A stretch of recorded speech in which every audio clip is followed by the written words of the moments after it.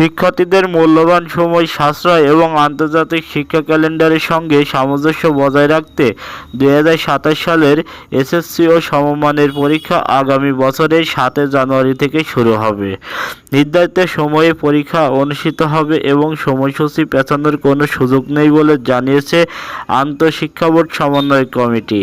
আন্তঃশিক্ষা board সমন্বয় কমিটির সভাপতি ও ঢাকা শিক্ষা বোর্ডের চেয়ারম্যান অধ্যাপক সৈয়দ আখতারুজ্জামান বলেন, সরকার ঘোষিত নির্ধারিত সময়ে ২০২৭ সালে এসএসসি পরীক্ষা শুরু হবে।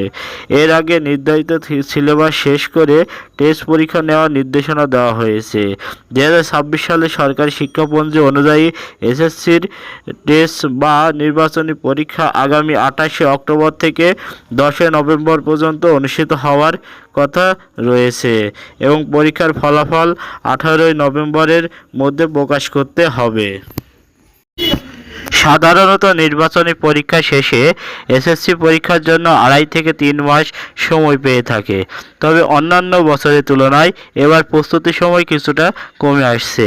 অধিকাংশ প্রতিষ্ঠান সরকারি শিক্ষাপঞ্জি অনুযায়ী টেস্ট পরীক্ষা নেওয়ার প্রস্তুতি নিচ্ছে। ফলে এসব প্রতিষ্ঠানে অক্টোবরের শেষের দিকে বা নভেম্বরের শুরুতে নির্বাচনী পরীক্ষা হতে পারে। এতে এসএসসি পরীক্ষার আগে শিক্ষার্থীরা ২ মাসেরও কম সময় পেতে পারে। এ নিয়ে শিক্ষার্থী, অভিভাবক ও শিক্ষকদের মধ্যে উদ্বেগ তৈরি হয়েছে।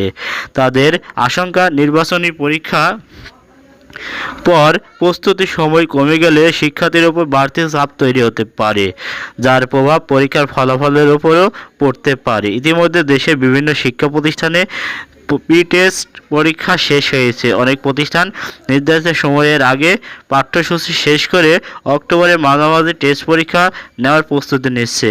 রাজধানী ঢাকা ছাড়াও বিভিন্ন বিভাগীয় ও জেলা শহরে কয়েকটি প্রতিষ্ঠান এমন পরিকল্পনা করছে। AS20 TV, Dhaka.